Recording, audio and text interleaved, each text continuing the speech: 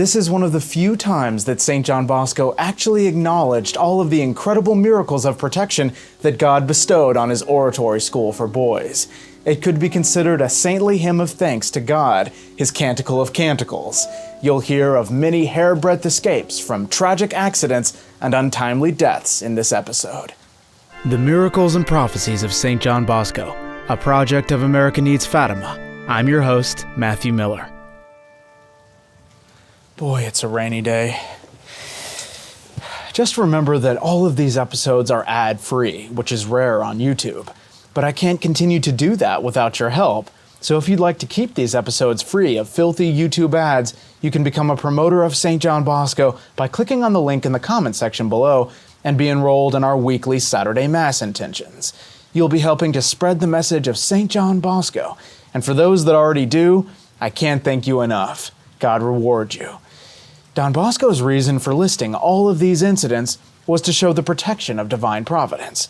He said, "My purpose is solely to tell of the wonders of God's power and to show that God uses all kinds of means, even the weakest, the least capable, to overcome any kind of obstacle and to fulfill his will." 2 years ago, on St. Joseph's feast day, our biggest bell was tolling over the heads of a group of boys clustered beneath the belfry. Suddenly they all started to scatter for no apparent reason, and none too soon. Within seconds, the clapper broke loose and hurtled below, smashing the cornice of the portico before hitting the ground. No one was harmed. Father Charles Givarello, well versed in physics, declared that the clapper's weight had the impact of a cannonball. Last year, on February 19th, the first day of St. Joseph's month, Father Rua and Buzzetti heard a strange noise coming from the end of the playground adjoining the vegetable garden. They got up and went downstairs to investigate. As they got outside, Buzzetti immediately spotted a black patch on the ground, like a huge hole, and quickly pulled Father Rua back. They were hardly a few paces away when the ground on which they had just stood gave way. The cover of the cesspool had caved in. The pool was nearly 10 feet deep and full. They skirted death by just a few moments. The wall in the center of the first wing of the new building suddenly crumbled, causing the collapse of the 3 stories near the church. On another occasion, a thunderbolt struck the St. Aloysius dormitory. Yet, no one was injured in all 3 accidents. A boy named Aldorandi fell over 20 feet from the balcony railing into the playground and landed on his stomach. Within minutes, however, he was on his feet again, laughing. The doctor was summoned and sutured a large abdominal wound. 3 days later, the boy insisted on taking part in an outing to Superga and ran so much that the stitches broke. Without panicking, he walked to the coach and, alighting at the stop, came home. The doctor repaired the sutures and bandaged the wound as the boy tranquilly peeled an apple and ate it.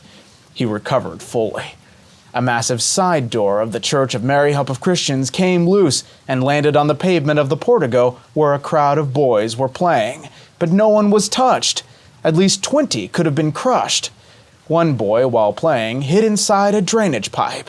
Another lad squeezed in after him, shouting, "Here I come! I'm a snake and I'll eat you up!" His prey fainted from fear. He was dragged out and carried to the infirmary, apparently dead of fright. The doctor who was summoned could not diagnose the problem, but as he prepared to administer a powerful stimulant and others spoke of anointing the lad, the boy leapt to his feet, rubbed his eyes, and cried, "I'm all right now," and he abruptly dashed out of the infirmary to everyone's great astonishment. When some of our boys went on vacation to our house at Traffarello, Fiore fell into a deep fish pond. Finocchio dove in to save him. When his first attempt was unsuccessful, he surfaced for breath and plunged in again. Then he reappeared, pulling his companion to the surface, and the others immediately dragged him ashore. It took some time to revive him. Words cannot describe the anguish and fear of his companions and of Father Franchesia. Not a single mishap occurred during the construction of the Church of Mary Help of Christians, which is a real miracle. As Father Savio walked along the scaffolding at the height of the dome, he stepped on a plank that gave way, but he managed to hang on to a cable and was saved. Twice, the counterweights of the clock in the belfry of the Church of St. Francis de Sales fell, smashing a step, but harming no one. And fire? A fire did begin on the second floor in the room next to mine, but Father Caliero managed to put it out. Mencio's straw mattress smoldered for several hours and burst into flames only when someone entered the room, but it was extinguished in a moment. What about the time the boys made coffee inside a trunk in the dormitory? So as not to be caught in the act as the assistant showed up, they closed the lid and sneaked out of the dormitory, leaving an alcohol stove burning. Yet there never was a fire.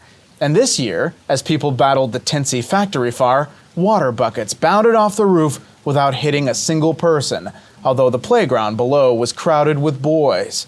How about the boys who are forever falling without ever getting hurt? One lad struck his head so hard against a pillar that he bounced back 3 steps and fell, apparently dead, with an ugly gash on his forehead. Yet, 3 days later, he was happily at play with his friends. 2 boys collided with such a force that both fell backward to the ground. The rival teams came running up to claim them as prisoners, but they jumped to their feet and dashed off as though nothing at all had happened. Another boy, his leg fractured in 2 different places, kept running to avoid being caught in a game until he fell exhausted. Doctored and healed, there he was, playing again. How enthusiastically those games are played during recreation. There's something truly poetic about them. And what about the time the gunpowder factory exploded nearby? And what about the 2 cholera epidemics in Turin? Yet no one at the oratory became ill, although priests and young clerics were actively caring for the victims. And how about the many times plots were hatched against my own life? I remember that in 1864, Father Ceruti fell sick at Mirabello. I sent word that he was to teach the upperclassmen. He obeyed, but suffered a relapse, so much so that his life was feared for. Father Rua wrote to beg me to relieve Father Ceruti from his exhausting work. However, I answered, Ceruti is to continue teaching. And so Father Ceruti continued. At the end of the first day, he was completely worn out, but he continued to teach on the following day and felt better. On the third, he was almost completely recovered. At my request, he commuted every week to Turin to attend lectures at the university and was none the worse for it. Later, sent to open and direct our new house at Alassio, he felt so worn out that he feared he would die on the way. Go, I told him, after listening to his justified objections, and he went. In the first few hours, he felt ready to drop, but he got to Alassio in excellent condition. If he ever has to illustrate the scriptural verse, an obedient man shall speak of victory, he won't have to go hunting for examples in books. So ended Don Bosco's canticle of praise. But had the cleric Erminio Borio been present, he could have told his companions what had happened to him that autumn, which he described in a letter 12 years later.